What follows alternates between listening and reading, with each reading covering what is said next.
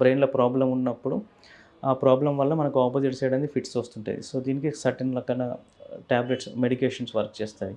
ఇంకొకటి బ్రెయిన్‌లో ప్రాబ్లమ్ లేనప్పుడు 2 సైడ్స్ బ్రెయిన్ యాక్టివిటీ వల్ల మనకు ఫిట్స్ వస్తుంటాయి. దానికి కొన్ని రకాల మెడికేషన్స్ యూజ్ చేస్తుంటాం. కొన్ని ఓన్లీ అంటే కాంప్లెక్స్ పార్షియల్ సీజర్స్ అంటాం. వాళ్ళు ఓన్లీ బిహేవియరల్ చేంజెస్ ఉంటాయి. వాళ్ళ ఆ టైంలో మర్చిపోతుంటారు.